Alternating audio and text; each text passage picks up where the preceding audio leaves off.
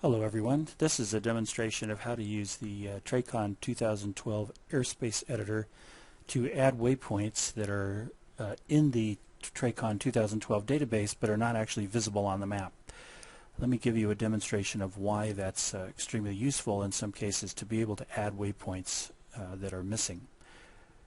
This is the Emperor 1 departure out of LAX. It's one of the very common departures that are flown for aircraft that are heading south towards the San Diego area and then perhaps eastbound from there. Notice on here the Gesme intersection is one of the initial waypoints for the departure itself. You will find when you try to direct an aircraft coming off of a departure runway that doesn't know about that intersection because it's not visible on the map. And that's particularly problematic, particularly if we look down here at the departure route description. For the Emperor 1 departure, the takeoff procedure calls for the aircraft to climb to a heading on a heading of 250 to cross a particular Santa Monica radial at or below 3,000 feet, and then expect a radar vector to join the LAX radial 160 to Gesme intersection.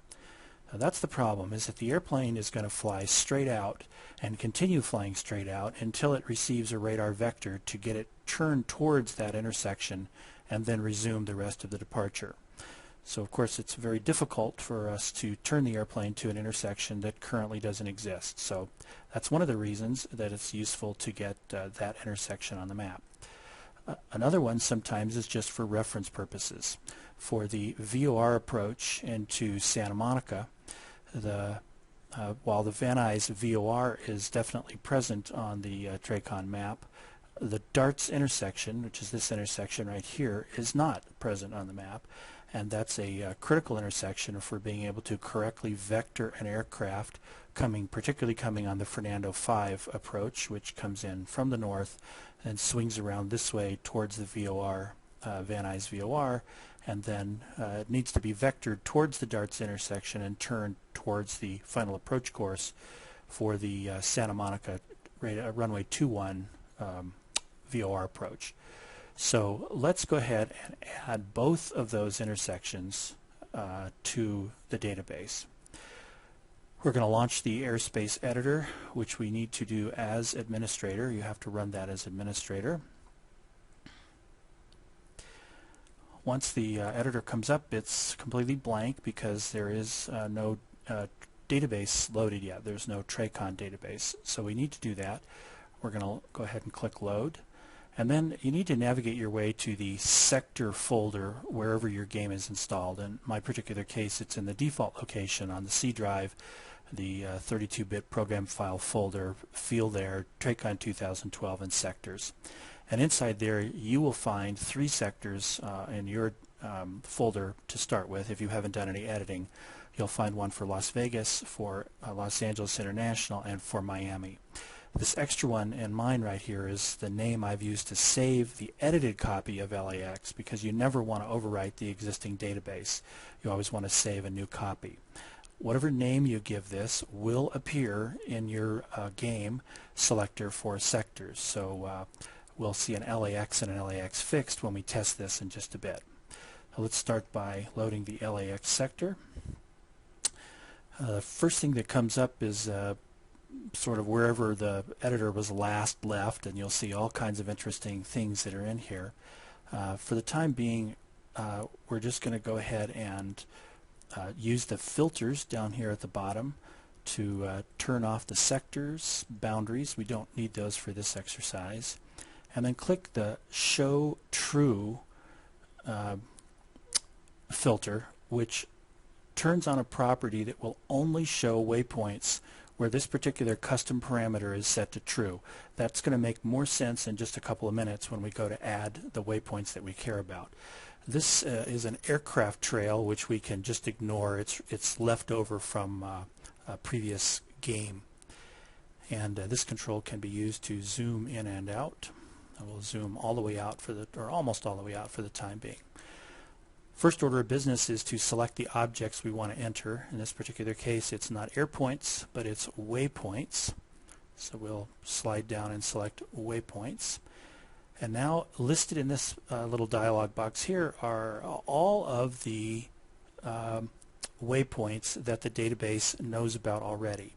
They begin in alphabetical order. Note that as I scroll down slowly here that the waypoint names are all alphabetical.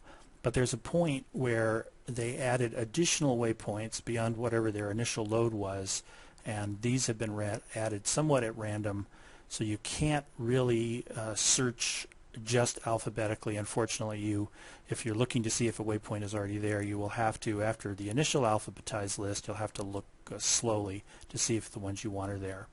In our case, I know already that the ones we want are there, and that makes them very easy for us to make visible. So here's how we're going to start it. One of the ones we talked about was darts intersection. So we will scroll down, and there we see darts. And if we click on it, it shows us its properties, its latitude and its longitude, and then some custom parameters, one of which is the custom parameter name, which we always will just leave alone. And there's a custom parameter then we need to add, and that is the parameter called show. This can be set to true or false, and we'll simply set it to true. And notice now the darts intersection has appeared on our map. So if we, and it, because I clicked away from it, that's why it disappeared for a moment there. We will just zoom in just a little bit. And now we'll go ahead and do the same thing with the GESME intersection. There it is. We'll turn that on. Notice the show property is not there. We set that to true. Now it didn't appear, but that's just simply because of our zoom level. If we zoom out a little bit, the GESME intersection has appeared. If we zoom out a little further, that's interesting. Darts is not appearing, but that's because I'm not asking it to show waypoints. So if we turn waypoints on, now we can see GESME, we can see darts, and we can see, in fact, all of the waypoints that have that show property set to true. Now, if I turn that property off, notice now a huge number of waypoints appear, and this is exactly the reason why that show property exists. If all of the waypoints were depicted on the screen at the same time, the display would obviously be too busy for us to be able to do anything at all. So they have set selected waypoints to be shown. It's just that some of the choices they've made are not completely perfect for the kinds of approaches and departures that are going to get flown. So you really do need to be prepared for your particular sector that you want to work and Tracon you want to work to go in and do a little bit of touch-up on some of the waypoints. Just as one further illustration, what if we wanted to turn a waypoint off? So let's just pick on Bassett intersection here. So here's Bassett. It is set to show is set to true, so we could either delete this property or we could just set it to false, and notice that it disappeared completely from the display. So it's simple as that. The show property, custom parameter, tells us whether a waypoint should be displayed on the map or not. If the parameter is present and set to true, it is displayed.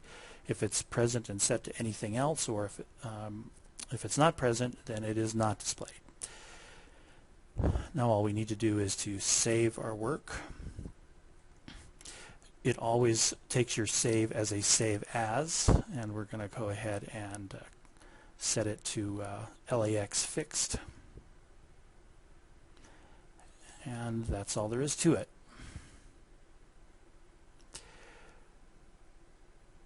So if you have any questions, please post them on the Tracon forum website. I will answer what I can, but editing the airspace is really pretty simple if all you're trying to do is add a waypoint that is in the database but not present.